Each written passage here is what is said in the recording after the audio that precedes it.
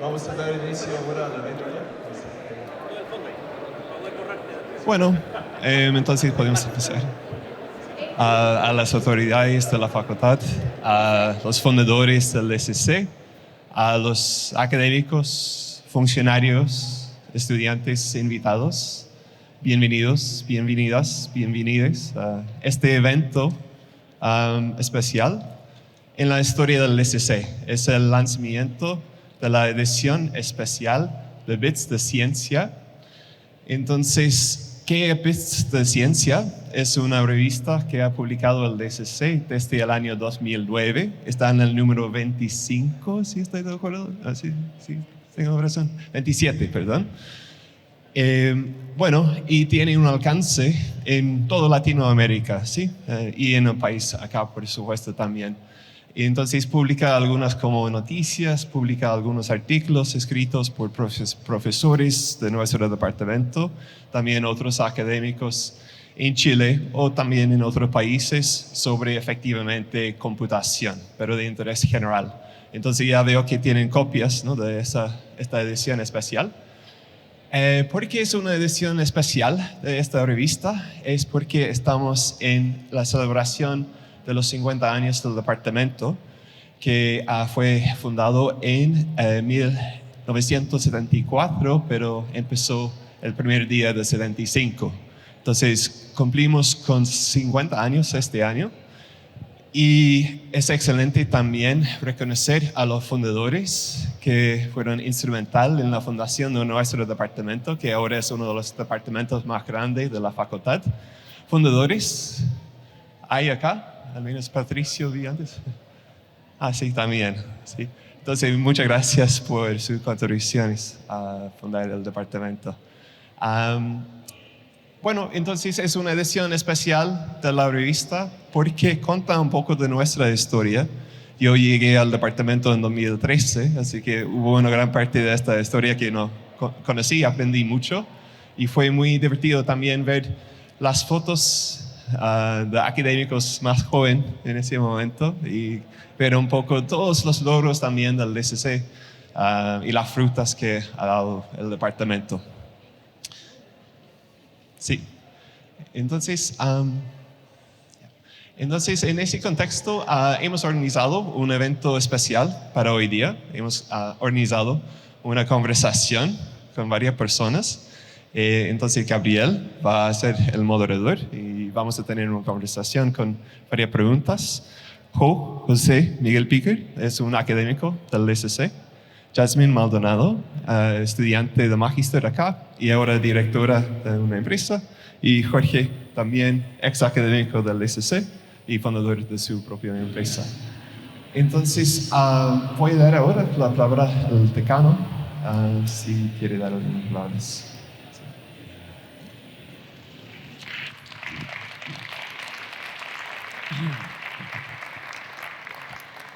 Muchas gracias. Un saludo a todas y todos los que están hoy día presentes. Es un momento muy especial. 50 años es como cuando ya estábamos llegando a la facultad, algunos, y por lo tanto es como un departamento que ha crecido con nosotros. Y una de las cosas que yo tendría que decir es que siempre ha estado creciendo, ya que ha tenido un rol cada vez más relevante en la facultad y la verdad es que parece ser que va a seguir en esa ruta porque está en el corazón de lo que está pasando en toda la sociedad en el cambio tecnológico. Así que no solamente es una gran noticia para el departamento de que tienen mucho trabajo para hacer, sino que también una responsabilidad que les hacemos notar. Un abrazo y que tengan una muy buena jornada. Muchas gracias, decano. Sí, entonces podemos empezar, Gabriel, sí.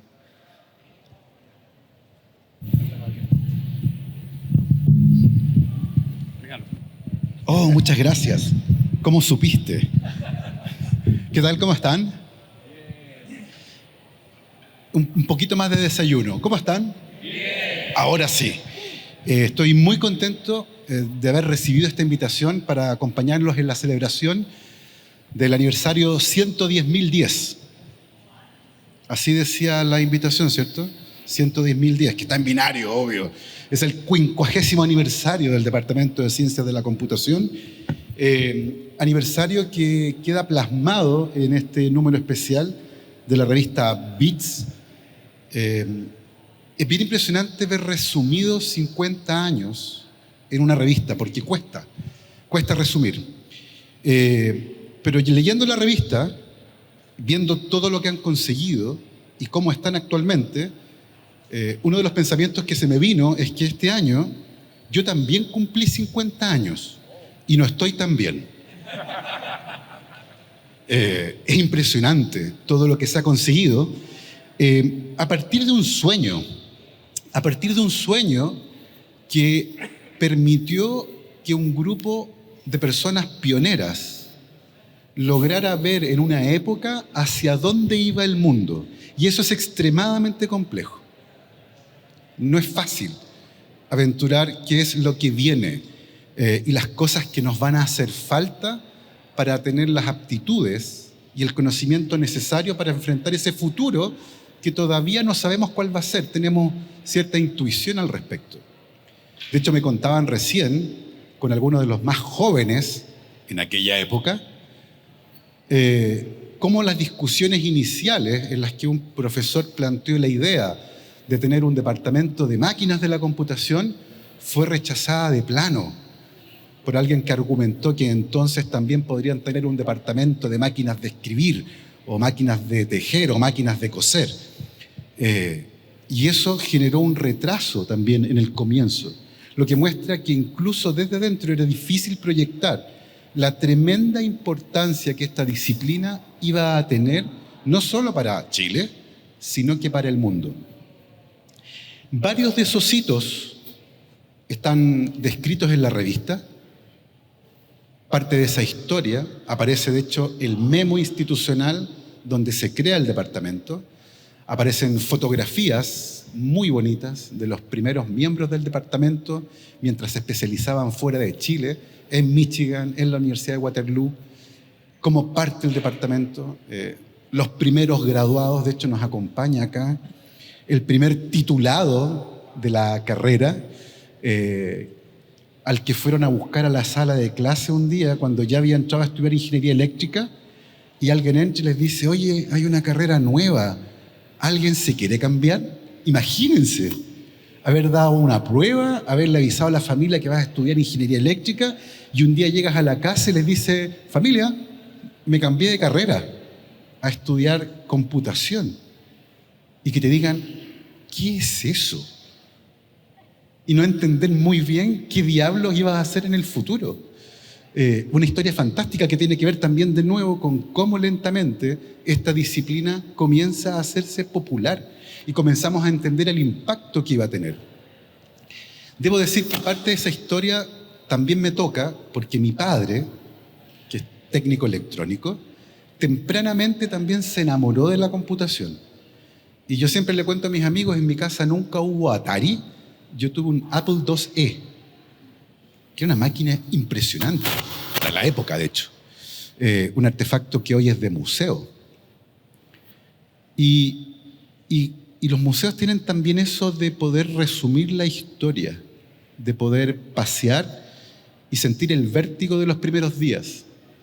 Y luego de ese vértigo de los primeros días, volver a mirarnos en el espejo. Estas ceremonias, estas celebraciones también son espejos y nos permiten ver dónde estamos hoy, cómo estamos hoy, con un departamento que ha crecido de manera tremenda, uno de los más grandes de la facultad, con un potencial gigantesco, que ha crecido en cuanto al número de carreras, de programas, de estudiantes, de graduados, con muchas tareas por delante todavía. Y por eso en el panel que me acompaña, con Jopiquer, con Yasmín y con Jorge, vamos a conversar un poco de eso, del pasado. Me dijeron que Jo maneja unas anécdotas muy entretenidas. Algo de eso nos va a contar hoy. De hecho, te traje un sonido también para ver qué te pasa con ese sonido. A mí me gusta hacer experimentos con la gente sin decirle. Por eso me fui de la universidad. Era muy peligroso esto, andar haciendo experimentos con la gente. Yasmín nos va a hablar un poco del presente, de los desafíos que todavía tenemos en distintos ámbitos, de cómo una mujer joven en esta área se abre camino y también impulsa a otras a seguir un camino, donde todavía hay un desafío interesante. El 15% de las graduadas de todos los programas de este departamento son mujeres. Hay una brecha importante todavía que hay que cerrar. ¿Cómo la estamos cerrando y cómo lo estamos haciendo? Y también vamos a hablar con Jorge sobre el futuro, sobre dónde estamos y hacia dónde queremos ir. ¿Cómo ves tú ese camino? ¿Cómo logramos avanzar generando el mayor beneficio social posible, sin olvidar que todas las herramientas tecnológicas no son ni buenas ni malas, y lo único que podemos decidir es qué hacer con ellas? Podemos decidir hacer cosas buenas para el país, para todos, para la mayor parte de las personas, tratando de evitar los sesgos, lo que es ciertamente muy difícil, pero evidentemente algo podemos hacer con respecto a aquello, ponerle intención. Y cuando me invitaron a participar de esta ceremonia, lo encontré increíble, que te inviten al cumpleaños 50 de algo es fantástico, pero también entendiendo que la historia de este departamento forma parte también de la historia no solo de la universidad, sino de cómo el país ha cambiado, de cómo la computación como ciencia, la informática, los datos han transformado la manera en que el país crece y se proyecta en el futuro. Y me gustaría que se llevaran esa reflexión al finalizar esta conversación, que se llevaran esa reflexión de cómo esta ciencia, la ciencia de la computación, nos permite proyectar al país en el futuro. Este evento, además, es el comienzo de una serie de celebraciones, porque a la gente del DCC le gusta celebrar.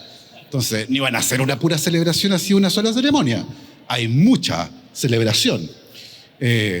Y me contaron, puedo decirlo, ¿cierto? Puedo decirlo.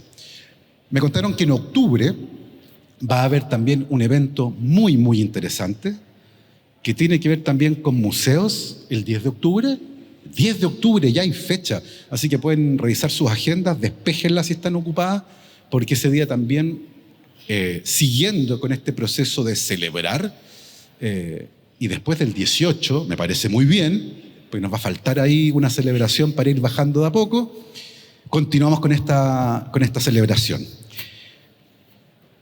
Quiero felicitar a todos los que forman parte de la historia, a todos los que formaron parte de esta historia, a todos los que son parte de esta comunidad, administrativos, estudiantes, académicos, también a personas que decidieron venir a esta celebración, que no tienen un vínculo directo con el departamento, pero sí entienden el potencial que esta área tiene para el país y que están aquí también.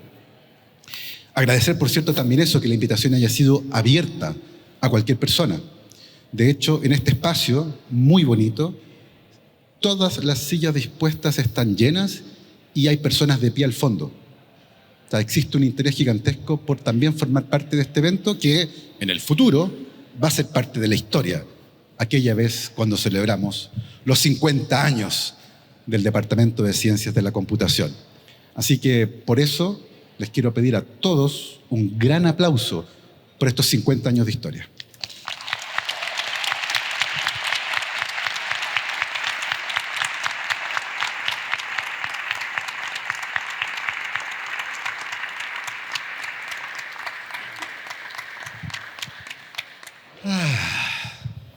Nostalgia. Tomé un micrófono. Nostalgia. Me gusta esto de la nostalgia, es bonito. Dame un segundo aquí. Como además estoy en trabajo, tengo todo en silencio porque no quiero que me llamen en plena celebración.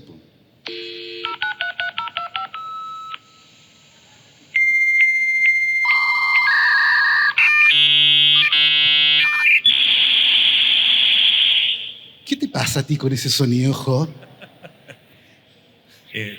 Una pregunta sería, ¿cuántos de acá identifican ese sonido para algo? Levanten la mano. Son las primeras filas. Bien, estamos en casa, bien, Está bien, bien. está bien. Sí, estamos bien. ¿Qué te pasa a ti? ¿Qué emociones te evoca ese sonido? Bueno, en realidad esa idea de conectarse por modem, empezamos a jugar con eso en el año 83, 84, cuando estábamos tratando de interconectar computadores acá dentro de Santiago.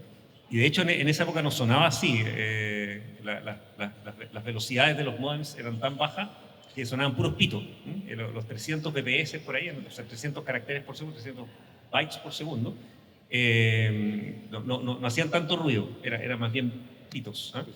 Pero eso me acompañó desde 83, 84, claro, hasta casi como el año 2000, por ahí todavía uno seguía conectándose por modems, pero de muy alta velocidad, eran o sea, alta velocidad para lo que en esa época se consideraba alta velocidad. Estas cosas llegaban a ser de tipo 20.000, o sea, serían como 20 kilobytes por segundo, serían, o sea, en el fondo sería equivalente a unos 2 kilobits por segundo, una cosa así. Así que no, son velocidades ridículas para hoy día, pero que para la época, que básicamente lo que uno hacía era tener un cliente en la casa, digamos, un terminal, que además uno usaba más bien login remoto, cosas así, funcionaba espectacularmente bien. Así que sí, es una vida entera, de haber sido unos casi 20 años, ¿no? de ese sonido. Sí, que es parte, por cierto, del trabajo que se ha hecho acá. Ahora, leyendo la revista, me encontré con un personaje que me pareció interesante, que también es parte de la historia del departamento, y es Lorenzo. Háblanos de Lorenzo. Sí, yo conocí a Lorenzo, no sé, Alfredo, si tú te acuerdas, pero... ¿Está todavía por ahí Lorenzo, no? No, quedaban unos núcleos de ferrita, yo los vi alguna vez, pero ya... ya no están, no queda nada de Lorenzo. Fueron donados. No queda nada de Lorenzo. Claro, yo conocí a Lorenzo, yo estaba en el colegio, de haber estado así como en la media, empezando la media, una cosa así. Y Alfredo nos hizo un tour por la facultad, a la familia, vino con mi papá, qué sé yo, y nos llevó al centro de computación que estaba en el subterráneo de química en esa época. Y nos presentó a los computadores. Y es curioso porque me acuerdo bien de Lorenzo, supongo por el nombre, no sé, haber tenido, y era uno de los personajes importantes, digamos, del centro de computación de la época. Aclaremos que Lorenzo no es una persona, pero lo que se estén preguntando, ¿qué era Lorenzo? Claro, bueno, fue de los primeros computadores de la facultad, digamos, y además era un computador muy raro porque era en decimal, ¿no? No era binario, ¿no? O sea, fueron experimentos de la época, digamos, de tener, pero era lo que hoy día uno consideraría un computador, ¿no es cierto? Claro. Y por lo tanto, era de los aparatos importantes, digamos, del centro de computación de la época. Sí. Ahora, por lo que me contaron cuando llegué, te has convertido en una fuente de muchas anécdotas dentro del departamento. Alguien me dijo que algunas eran inventadas, estamos tratando de confirmar aquello, y yo sé que has contado muchas anécdotas a lo largo de este paso por el departamento. Sin embargo, siempre hay algunas que son entretenidas, pero también significativas. De aquellos momentos que te ha tocado vivir, de los que has sabido que son parte de la historia del departamento y que podemos considerar como anecdóticas con impacto, ¿cuáles crees tú que vale la pena que los más jóvenes también sepan y entiendan, o sepan para que entiendan parte de este proceso? Difícil tu pregunta. Me encanta hacer preguntas difíciles. Y tengo que elegir una, papá. Más encima tienes que elegir una, sí. Claro. Y que sea verdad. No va a ser verdad, pero es lo que yo recuerdo, digamos, ¿no? Que no es muy verdad a esta altura. A ver, yo probablemente, tal vez lo más interesante fue los primeros esfuerzos que hicimos cuando tratamos de mandar el primer mail, digamos, que fue conocido, que Pato todavía está batallando por cambiar la fecha, porque siempre dijimos que fue 1985 y hace poco descubrimos que fue 1984. Yo le digo que a esta altura es una pelea inútil. ya lo dijimos demasiadas veces. Está escrito en demasiadas partes. Está escrito en demasiadas partes, así que supongo que la vamos a perder esa pelea.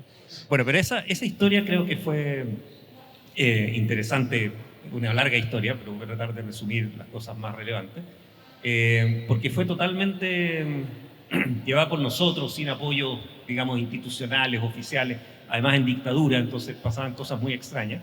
Entonces, imaginan lo que uno tenía que hacer. Teníamos computadores en la Universidad de Santiago, en la USACH, en el departamento de computación, y un computador igual en el DCC acá en Banco Encalada, que nos había donado NSR en esa época, que era un computador Unix, era muy moderno para lo que se hacía en esa época.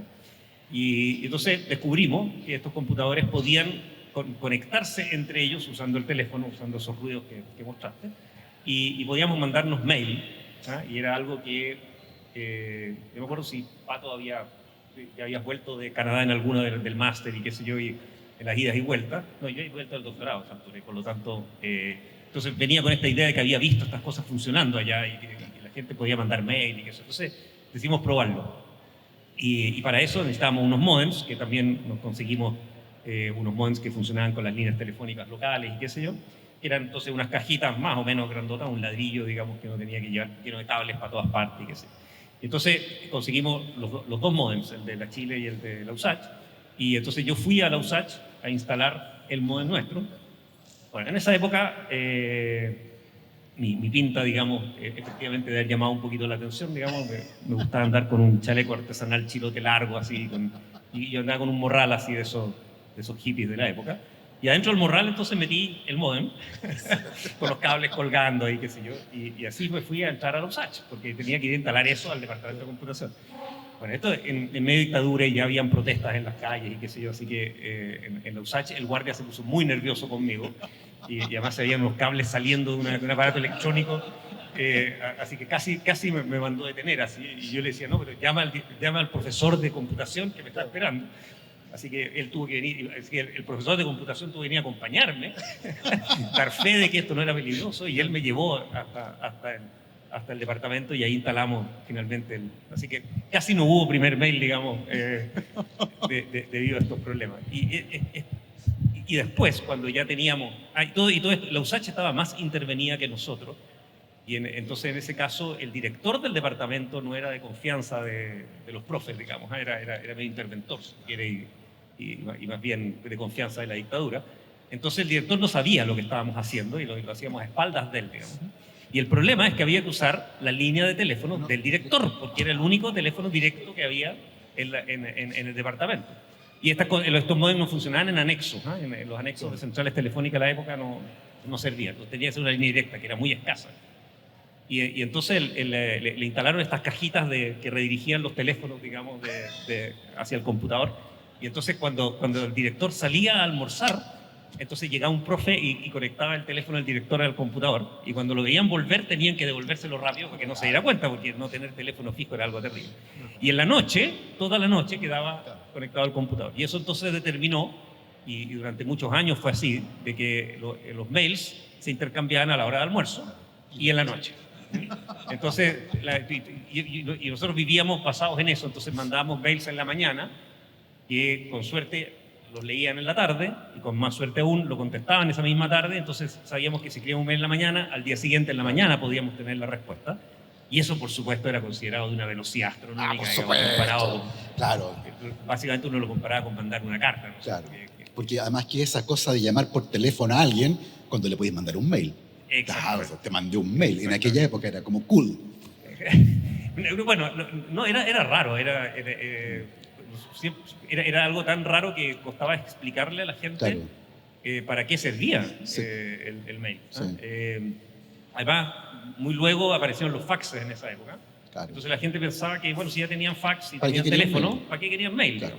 Como que no entendían muy bien para qué servía. Y para nosotros los académicos era obvio, porque nos podíamos enviar papers y digitales, entonces la otra persona podía seguir trabajando en lo que uno le enviaba, ¿no es cierto? Que era algo maravilloso, que eso no lo vimos, nunca había. O sea, la única alternativa era mandar un disquete por correo, digamos, claro.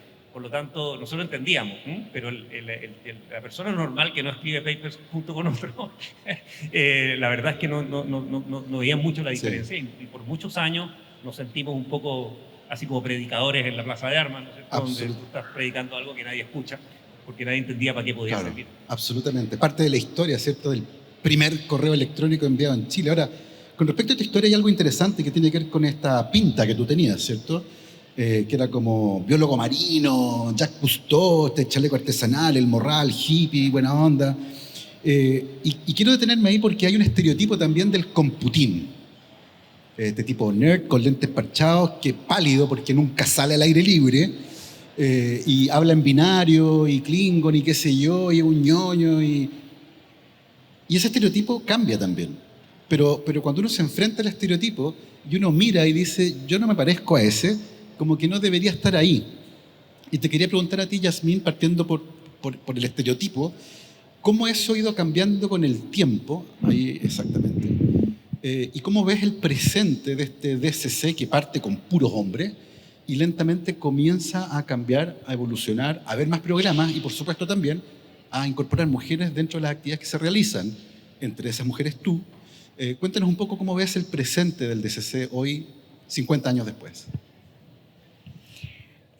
Hola, buenas tardes a todos. Es súper buena la pregunta porque, bueno, me invitaron a este evento. Yo formo parte un poco más de la historia reciente del Departamento de Computación, pero aún así cuando entré a la carrera me sorprendí que éramos muy pocas mujeres. Yo sabía que eso iba a ser así en todo caso. Me dijeron antes de entrar a la universidad que me iba a enfrentar con eso, viniendo de un colegio de puras mujeres. Y es súper cierto lo que dices tú. O sea, yo, por ejemplo, en plan común, cuando nos preguntábamos entre todos qué carrera queríamos estudiar y yo les decía a mis compañeros que quería estudiar computación, todos me decían, no te ves como alguien que estudia computación. Y me decían, debería, y no sé, irte a industrial o no sé, casi siempre era industrial la palabra, o sea, la especialidad. Y yo siempre les respondía, ¿y cómo se ve alguien, cómo me debería ver para ser de computación? Y tampoco me sabían contestar. Era como, no, pero es que no te veís como de computación. Y después entré a la carrera de computación y efectivamente éramos menos aún. Pasé de ingeniería con pocas compañeras a después computación con aún menos compañeras. En la sala me tocaba a veces estar con una persona más, solamente mujer en la sala. No nos conocíamos mucho tampoco, veníamos de distintas secciones, porque aquí en primer año somos un montón y estamos distribuidas en varias secciones. No veníamos de la misma sección, entonces llegaba a conocer gente nueva. Y además pasaba mucho, yo quería estudiar computación porque a mí siempre me llamó la atención la tecnología. Me gustaban las películas y como todo lo que era ciencia ficción, etc. Y yo decía, ya, entonces me voy a ir para allá, como más tecnológico. Pero yo tenía muchos compañeros que habían tenido contacto con computadores y con videojuegos y con cosas desde mucho más chico. Yo soy la mayor de 4 hermanas, no me crié en una familia donde me pasaran juguetes, como los juguetes sabemos que tienen a veces, la gente le pone género. A mí no me tocó jugar mucho con Legos cuando chica, ni con autitos, ni con máquinas, era juguetes tradicionales de mujeres. Sí. Entonces yo llegué a la carrera y tenía compañeros que sabían, por ejemplo, craquear juegos. Y eran como súper tecnológicos porque sabían hacer eso. Y yo no sabía hacer eso. O de repente instalar cosas en su computador y yo tampoco sabía. Y eso también muchas veces me hizo dudar de si estaba en la carrera correcta. Es como, yo no sabía hacer esto de antes. ¿Estoy bien aquí o me va a ir mal? Claro. Y claro, empezamos en la carrera. Vinieron los ramos, tomamos las pruebas y me iba bien, pues a veces me iba mejor que ellos. Entonces era como, en realidad, ellos que se ven tan tecnológicos, no es que sepan ciencias de la computación, tuvieron más contacto con estos juguetes y con estas cosas y quizás más curiosidad, pero no tenía mucho que ver con la capacidad misma de que uno pudiera estudiar esta carrera. Sí. Así que ahí después fue bajando toda eso. Y yo creo que ahora me ha sorprendido los últimos años que la carrera además ha aumentado mucho en su volumen de estudiantes, sí. Lo que me parece fantástico. Sí. Siempre éramos como, cuando yo estaba al menos, era una de las carreras pequeñas dentro de la facultad, y que ahora haya más mujeres, o sea, hayan más estudiantes y por lo tanto más mujeres, es genial. Sí. Y parte de eso mismo también tiene que ver con tu historia, porque tú eres parte de una fundación, fuiste fundadora de una fundación, que tiene que ver con eso. Cuéntanos un poco de aquello. Sí, cuando yo entré a la carrera, como les decía, éramos muy poquitas en la sala y con las compañeras que tenía nos fuimos conociendo. Muchas veces uno hacía vínculos más que con sus compañeras en la misma sala, era con otras generaciones, porque éramos tan pocas que nos conocíamos un poco entre todas después, tratando de armar grupo. Y además, yo creo que esto fue súper importante en realidad en que después pasaran todas estas cosas. El departamento de computación tenía, cuando yo estaba estudiando, y creo que ahora también, varias profesoras mujeres. Y eso yo creo que fue súper importante porque, por ejemplo, la profesora Nancy, la profesora Bárbara, nos mostraban oportunidades que podíamos aprovechar siendo mujeres. Y en eso a mí me tocó en algún momento postular a una beca de Google para ir a una celebración que se hace a nivel internacional que se llama la Grace Hooper Celebration. Y es una celebración, una especie de, como de conferencia que junta muchas mujeres en el área de la tecnología de todo el mundo. Y con Vanessa Peña nos adjudicamos esa beca y nos fuimos a esa celebración juntas. Y allá era súper impresionante porque veías un montón de mujeres en un montón de áreas de la computación, mostrando sus trabajos, sus investigaciones, sus proyectos corporativos, etc. Y también muchas que estaban haciendo cosas para fomentar que otras mujeres también entraran a estas especialidades y supieran que existían y derribar todas esas brechas de género que existan. Y en muchas actividades nos hacían la pregunta, ¿cómo vas a llevarte esta actividad a tu país? ¿Cómo vas a hacer que esto se replique en tu país? Entonces, cuando nosotros llegamos acá a Chile, antes ya habíamos tenido algunos intentos de hacer cosas como para enseñar, nos gustaba harto la pedagogía, pero cuando volvimos a Chile dijimos, ya, hagamos algo. Y dijimos, ya, ¿por dónde partimos? Nosotros sabemos enseñar, hemos hecho clase a niños y niñas en un curso que se hacía acá de programación para niños, en Scratch. Y vimos que había en el DCC un curso que era de programación competitiva. No sé si conocen la programación competitiva, pero en el fondo es como uno programa soluciones muy rápido para problemas contra el tiempo y los que resuelven más problemas en cierto periodo de tiempo ganan. Y todo esto obviamente con código. Entonces nosotros veíamos que se estaba haciendo un curso que era para niños, porque hay como competencias, olimpiadas de programación competitiva para estudiantes escolares. Y en esos cursos solo participaban niños. Habían niñas, pero eran muy pocas, y las que habían desertaban. De hecho, Jorge Pérez hacía ese curso cuando yo estaba en la universidad. Y claro, había muy poquitas niñas y dijimos, ya, hagamos uno, pero solo de mujeres. Y hagamos el experimento de que sea solo de mujeres, porque si les decimos que es de mujeres, no pueden decir, este no es mi lugar. Tienen que al menos intentarlo si es algo que les llame la atención. Y partimos haciendo un curso de programación competitiva para niñas, que lo hacíamos nosotras dos, le pedimos ayuda a otra estudiante más que conocimos en la carrera y empezamos a hacerlo. Eso fue en el 2016. Y así partió. Efectivamente se inscribieron varias niñas, en el primer curso se inscribieron 30, y nosotros dijimos, ya, entonces las mujeres igual le interesan estas cosas. Quizás efectivamente es que no se sienten atraídas, dado el otro curso que no tenía ninguna.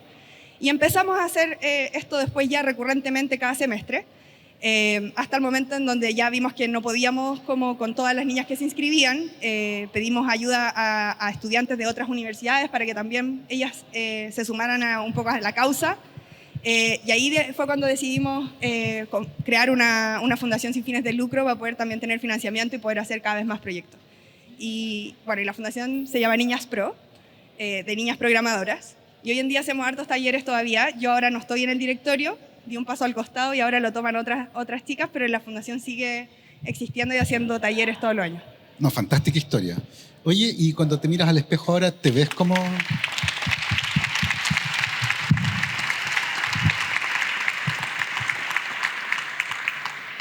Cuando tú te miras al espejo, ¿te ves ahora como informática? ¿Como alguien de ciencias de la computación? Como... ¿Se murió el estereotipo o todavía no?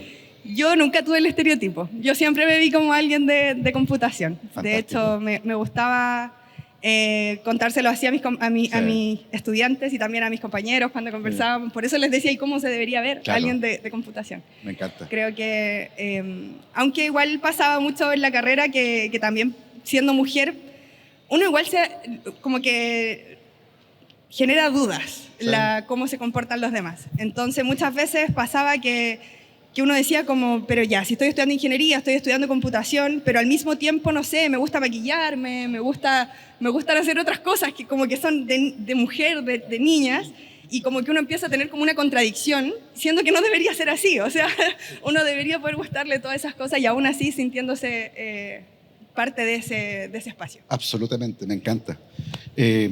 Jorge, nos conocimos hace varios años. Hola. cuando yo organizaba en mi vida anterior una conferencia científica, y en un momento se me ocurrió invitar a alguien que estuviera trabajando en algunos aspectos vinculados con inteligencia artificial, y me preguntaron, Gabriel, ¿qué es eso? Esto fue hace varios años ya. Y entiendo que tú también ahora tienes una vida nueva de la que yo te conocí antes. Cuéntanos un poco en qué estás tú actualmente y hacia dónde crees que va la cosa. Dale, te cuento. Igual quería decir algo antes, así como... Por favor. A diferencia de la Jazz, que le decían que ya no se veía como el Computing, a mí me decían como tú eres exactamente... Muy bien. Tú eres el Esa es tu carrera. Esa es tu carrera. Y de hecho yo traté de no serlo y me ganó la... No funcionó. No funcionó. De hecho, mi hijo me dicen como, qué tierno queríais ser, de verdad, ¿qué queríais ser como ingeniero en construcción? Claro, así como... Eso es lo que quería hacer puentes, pero claro. No, me ganó más el estereotipo. Y quería decir otra cosa adicional, ¿sí? que es bien interesante, yo creo que el departamento y de los 50 años, y muestra un poco el espíritu que nos estaba contando Jo al principio, que este es un evento que inicialmente era como, juntamos 3 generaciones del DCC, ¿sí? Como de 3 generaciones que pasaron por el DCC. Y yo no soy una generación del DCC. De hecho, yo llegué después de que la Jazz al DCC. La Jazz ya estaba en el DCC cuando yo llegué. Yo soy de la competencia, del DCC de la Universidad Católica. Esa es mi generación. Sí. Y lo digo porque desde que soy estudiante he sentido, posiblemente a diferencia de otras carreras, en estas 2 universidades grandes que compiten en casi todo, que en el DCC PUC y el DCC UChile no había competencia, sino que había colaboración. Yo tuve clase en la Católica, tuve clase con Claudio Gutiérrez, por ejemplo, que es un profesor de acá. Y yo creía que era un profesor de la Católica. No, pero Claudio iba de acá a San Joaquín a dictar un curso allá. Tú también ibas, Jo, a dictar un curso allá. Yo como estudiante de la Universidad Católica podía tomar cursos en el DCC de la Universidad de Chile y se me convalidaban allá. Entonces, y era, como siempre yo creo que lo hemos hecho en computación, era toda la mala, ¿cachai? Porque yo tomaba un curso en la Católica que decía X, cualquier cosa, venía acá, tomaba el curso, yo tomé un curso aquí con Jeremy, que ya no está, siendo estudiante, tomé un curso con Jeremy, y ese curso después Jeremy ponía una nota, le mandaba la nota por correo electrónico al profesor de allá y ponía una nota allá.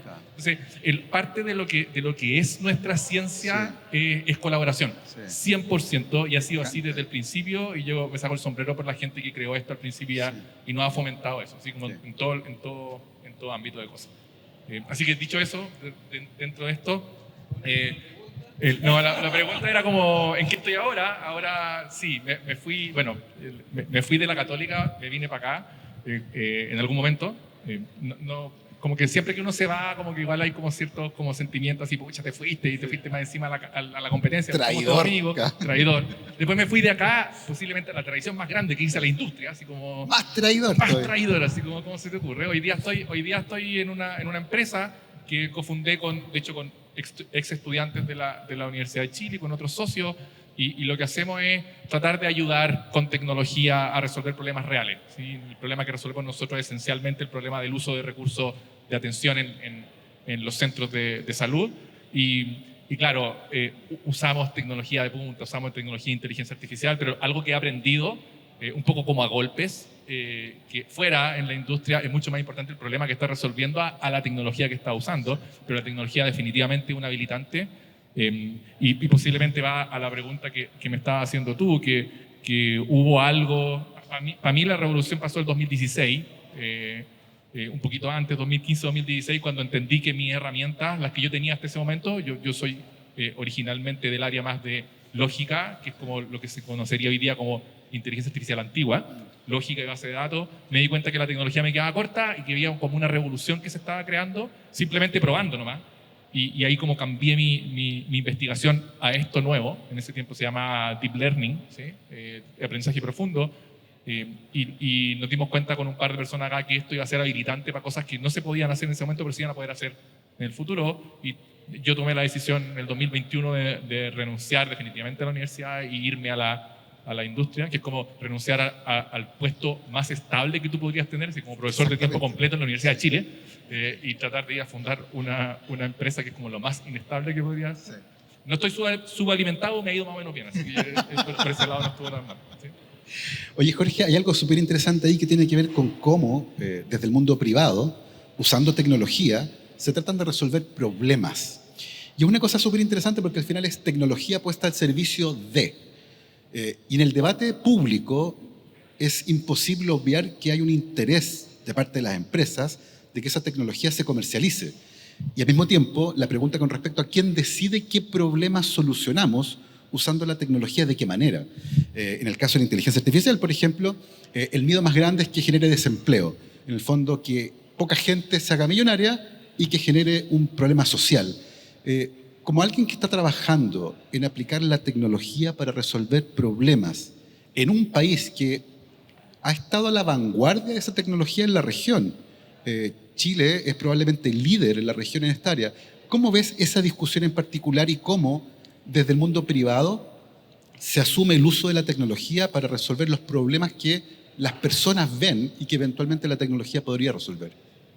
Yo no he pasado por, o sea, no me acuerdo de otras revoluciones tecnológicas, esta es como Sí. la única por la que estoy pasando, pero lo que he escuchado y lo que he leído, tal vez Hijo puede decir más cosas de eso, es como un patrón que se repite de nuevo, Sí. o sea, como que todas las revoluciones tecnológicas tienen los Miedo, mismos claro. problemas, los mismos miedos.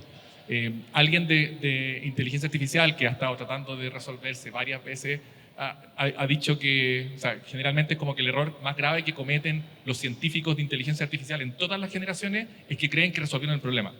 Ese es el error más grande. Entonces, en los 50 resolvimos la inteligencia artificial. Claro. Falso, ¿cachai? Y lo hemos cometido varias veces. Yo soy un poco estoy como tomando un poco palco, a pesar de que estoy usando, de que yo creo que este problema no está resuelto, que las universidades tienen mucho que decir todavía. Ahora, respecto de la sociedad y la empresa, hoy día me toca a mí estar del otro lado. O sea, yo estoy tratando de que mi empresa sobreviva. Todavía estamos en modo supervivencia, entonces posiblemente no estoy en esta discusión de alto nivel de las empresas grandes. Idealmente en algún momento podremos llegar a esa discusión. Pero Ahí hoy día hablaremos, claro. Hoy día estoy en modo supervivencia, lo que significa es que lo que yo tengo que hacer es tratar de usar la tecnología para resolver un problema, que el mercado esté dispuesto a pagar por ese problema, que el dolor sea tan fuerte como para que quieran que yo resuelva ese problema y por lo tanto me den ingresos que me permita seguir resolviendo ese problema de mejor manera para ellos. Entonces estoy como en esa vuelta, Y el que tiene el problema intuye que le puedes ayudar a resolverlo, se ve todavía como un socio y yo diga, ¿sabes qué? ¿Esto se puede resolver con esta tecnología o todavía hay que ir a buscar ese problema? Perdón. En el fondo, ¿la persona que tiene el problema sabe que la tecnología lo puede ayudar o todavía tú tienes que ir a buscar ese problema? Que es bacán, como, o sea, cuando tú te movías a la industria, ya no tengo vergüenza de decirlo, o sea, como cuando yo me movía a la industria, el problema es como el mindset cambia completamente porque ya da lo mismo la tecnología. ¿Cachai? Da exactamente lo mismo la tecnología.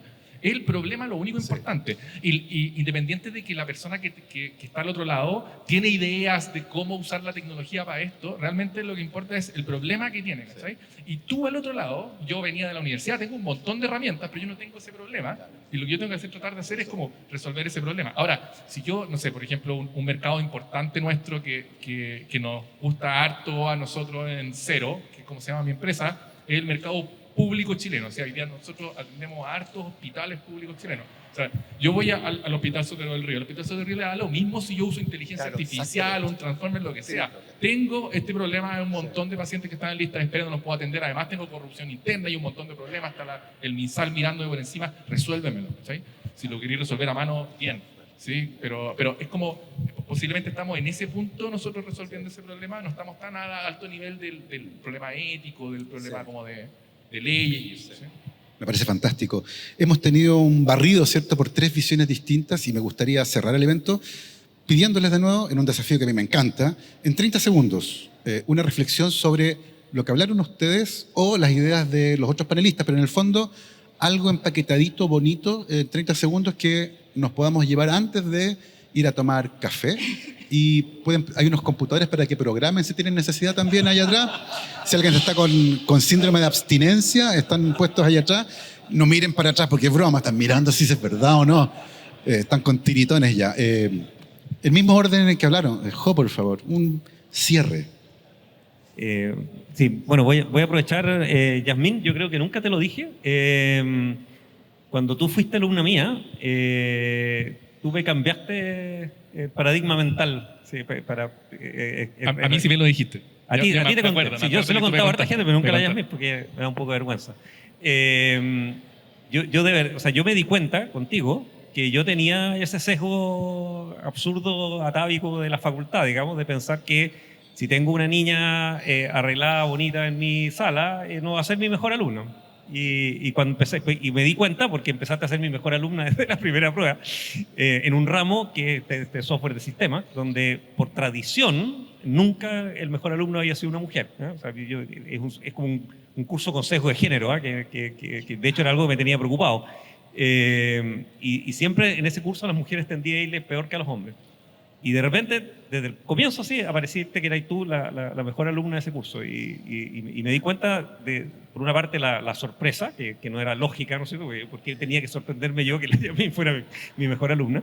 Y me hiciste notar que así automáticamente de que uno tiene esos prejuicios y que uno tiene que batallar contra ellos. Así que me hiciste cambiar mi mindset en tu pasada por el departamento. Notable. Yasmín, para el cierre. Muchas gracias por compartir esa reflexión conmigo. Mi mensaje, yo creo, es que todavía tenemos un desafío importante en que esta área sea realmente inclusiva en todo orden de cosas. Hay pocas mujeres todavía en el área, yo creo que todavía existen muchos estereotipos.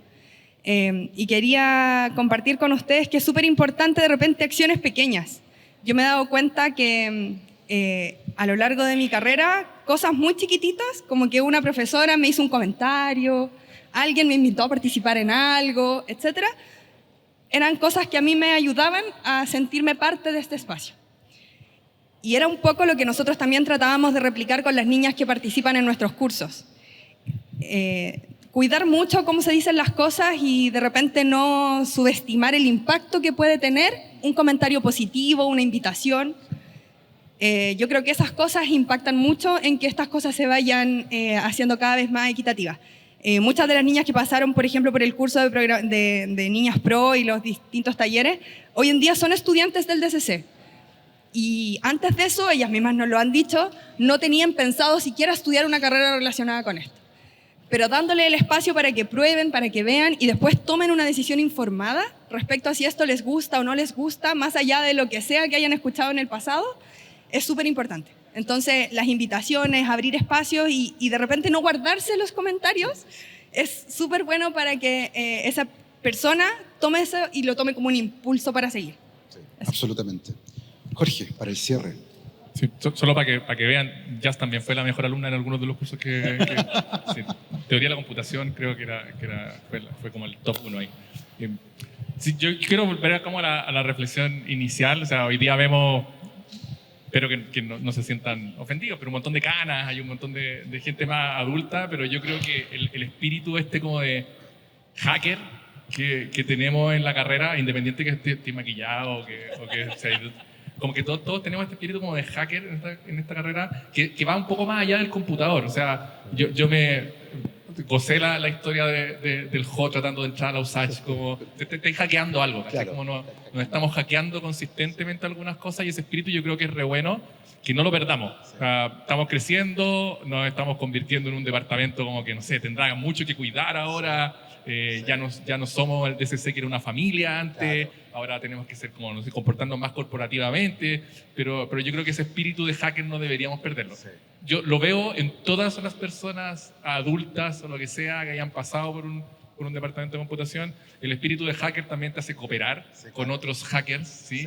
Sí. A veces tratar de hacer cosas un poco a la mala, pero no hay otra vuelta. O sea, como esto de ir a cambiarle yo te iba a preguntar, hoy día ¿haría eso? ¿Haría cambiarle al decano?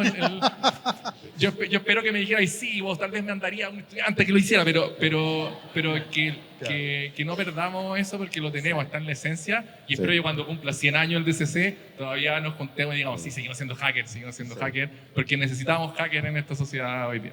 Me encanta eso de la ciencia de guerrilla, es como de ir a hacer a lo guerrillero. Porque es parte también del espíritu, como decías tú, espíritu que ha sostenido 50 años de historia y que por supuesto estamos muy felices que nos hayan acompañado hoy en esta celebración que, ojo, es solo el comienzo de la celebración, seguirá durante el resto del año y en octubre viene otro gran evento. Para terminar, por supuesto, un gran aplauso para nuestros panelistas.